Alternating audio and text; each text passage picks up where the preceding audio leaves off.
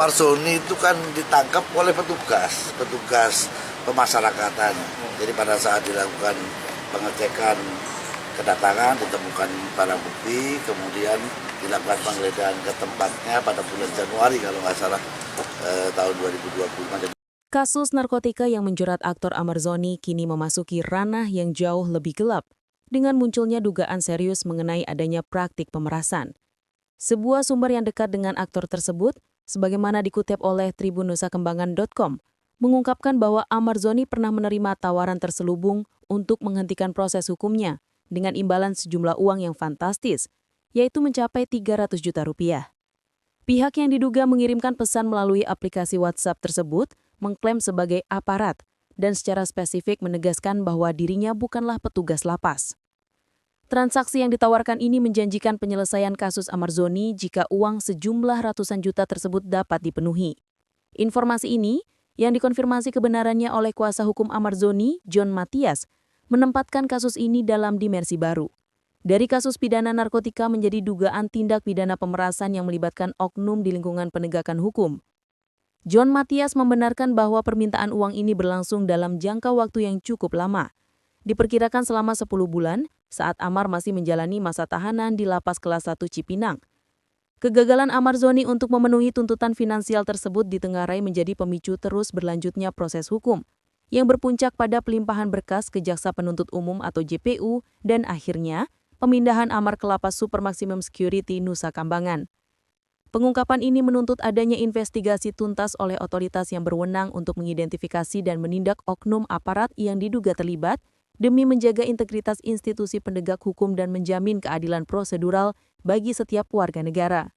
Menanggapi peran BNN dalam penanggulangan peredaran narkotika di dalam lapas, Komjen Suyudi Aryoseto memberikan penjelasan yang sangat transparan mengenai kompleksitas dan tantangan yang dihadapi. Ia mengakui secara terbuka bahwa narkotika, sebagai barang yang ukurannya relatif kecil dan mudah disembunyikan, memiliki kemampuan untuk menyusup kemana saja, termasuk ke dalam lingkungan lapas yang seharusnya memiliki pengamanan super ketat. Pengakuan ini menunjukkan bahwa BNN dan Kemenkumham tidak menutup mata terhadap fakta bahwa masih terdapat celah atau oknum yang memungkinkan peredaran barang haram tersebut di balik jeruji. Namun ia dengan cepat menguji ketegasan yang telah ditunjukkan oleh Kementerian Hukum dan Hak Asasi Manusia, khususnya di Jenpas dalam menyikapi temuan-temuan ini. Komjen Suyudi secara spesifik mendukung kebijakan pemindahan para bandar yang terbukti masih menjalankan aksinya dari dalam lapas ke Nusa Kambangan, di mana mereka akan ditempatkan di penjara-penjara dengan pengamanan super maksimum. Pengamanan ini yang meliputi penerapan sistem one man one cell bertujuan untuk mengisolasi dan memutus jaringan komunikasi para bandar agar tidak dapat lagi mengendalikan operasi mereka di luar maupun di dalam lapas. Kepala BNN secara eksplisit menyatakan jangan main-main sebagai peringatan keras kepada semua pihak yang terlibat, termasuk oknum petugas lapas. Dukungan BNN terhadap langkah ini didasarkan pada keyakinan bahwa shock terapi adalah metode yang diperlukan untuk menimbulkan efek jerah, terutama bagi narapidana yang berulang kali melakukan pelanggaran atau yang memiliki resiko tinggi dalam peredaran narkotika. Komjen Suyudi menegaskan bahwa kebijakan tegas ini berlaku untuk semua kalangan. Ia mengatakan termasuk semua kalangan yang seperti yang mungkin Mbak sampaikan tadi ya, ada figur siapapun kalau dia masih nakal di dalam masukin ke penjara yang super maksimum. Tujuan dari penempatan di fasilitas pengamanan super maksimum ini lanjutnya bukanlah untuk menyiksa narapidana melainkan untuk memberikan pembelajaran yang sangat mendalam dan terapi kejut. Harapannya adalah agar narapidana yang bersangkutan dapat menyadari kesalahannya, bertobat dan kembali ke jalan yang benar, sehingga kelak dapat kembali menjadi individu yang produktif bagi masyarakat. Pernyataan ini sekaligus menunjukkan sinergi yang kuat antara BNN dan Ditjenpas dalam upaya bersama untuk memberantas tuntas peredaran narkotika di lingkungan lembaga pemasyarakatan. Kasus narkoba yang kembali menjerat Amarzoni merupakan yang keempat kalinya. Sebuah catatan residivisme yang sangat langka dan memberatkan. Sekaligus menjadi alasan utama di balik keputusan keras pemindahan ke Lapas Nusa Kambangan. Aktor berusia 31 tahun ini kembali terseret perkara narkotika saat ia masih dalam proses menjalani hukuman atas kasus sebelumnya. Konsistensi Amarzoni dalam mengulang pelanggaran, bahkan saat berada dalam tahanan, memicu dugaan serius dari Ditjenpas dan BNN bahwa ia berpotensi menjadi pengendali jaringan narkoba dari dalam lapas. Sebuah fenomena high risk yang harus dihentikan. Pemindahan Amarzoni yang juga melibatkan 5 terdakwa narkotika lainnya ke fasilitas Nusa Kambangan yang menerapkan sistem isolasi one man one cell bertujuan ganda, memberikan efek jerah dan memutus rantai komunikasi dengan dunia luar secara total. Namun ironisnya, kini langkah tegas yang bertujuan mengamankan masyarakat dari kejahatan narkoba ini justru berbenturan dengan isu kesehatan mental Amarzoni. Latar belakang kasus berulang ini juga menunjukkan bahwa Amarzoni menderita kecanduan kronis yang membutuhkan rehabilitasi intensif dan dukungan psikologis yang jauh melampaui fasilitas pembinaan biasa. Kerasnya kebijakan lapas super maksimum security adalah respon terhadap kegagalan lapas biasa dalam membendung Amar.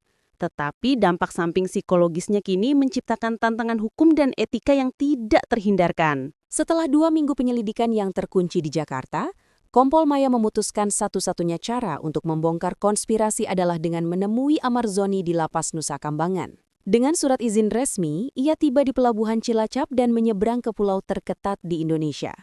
Dalam pertemuan yang dibatasi hanya 15 menit dan tanpa alat komunikasi, Amarzoni dengan wajah sayu namun mata yang tajam, secara langsung membantah tuduhan pengedaran. "Saya dijebak," katanya dengan suara datar, menunjuk langsung ke Reno sebagai dalang. Amar mengklaim Reno yang dianggapnya sahabat, bekerja sama dengan oknum yang bantu juga untuk menggunakan namanya dalam transaksi. Puncak pengakuan Amarzoni adalah saat ia mengungkapkan bahwa ia pernah mencoba melapor, namun tahanan yang ia laporkan justru hilang dari daftar tahanan, dan ia sendiri dikurung di sel isolasi selama 3 minggu sebagai peringatan. Pengalaman itu membuatnya yakin bahwa kasus ini adalah permainan kecil yang diatur. Petunjuk kunci terakhir yang diberikan Amarzoni sebelum kunjungan berakhir adalah, "Tolong cek rekening keluarga saya. Ada transferan aneh dari orang yang saya nggak kenal, dari teman Reno." Pengakuan ini menjadi konfirmasi langsung bagi temuan Kompol Maya Larasati. Kata-kata "orang yang saya percaya sendiri yang menjebak saya" menggarisbawahi motif pengkhianatan dan konspirasi dalam kasus ini.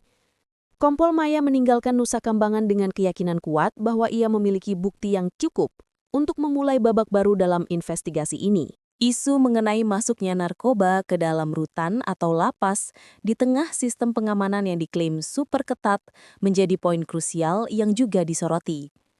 Menanggapi pertanyaan tentang evaluasi yang dilakukan oleh BNN dan pihak lapas, Komjen Suyudi Aryoseto memberikan pandangan bahwa evaluasi adalah proses yang tidak terpisahkan dan selalu berkelanjutan dalam setiap pekerjaan, termasuk dalam upaya pemberantasan narkotika.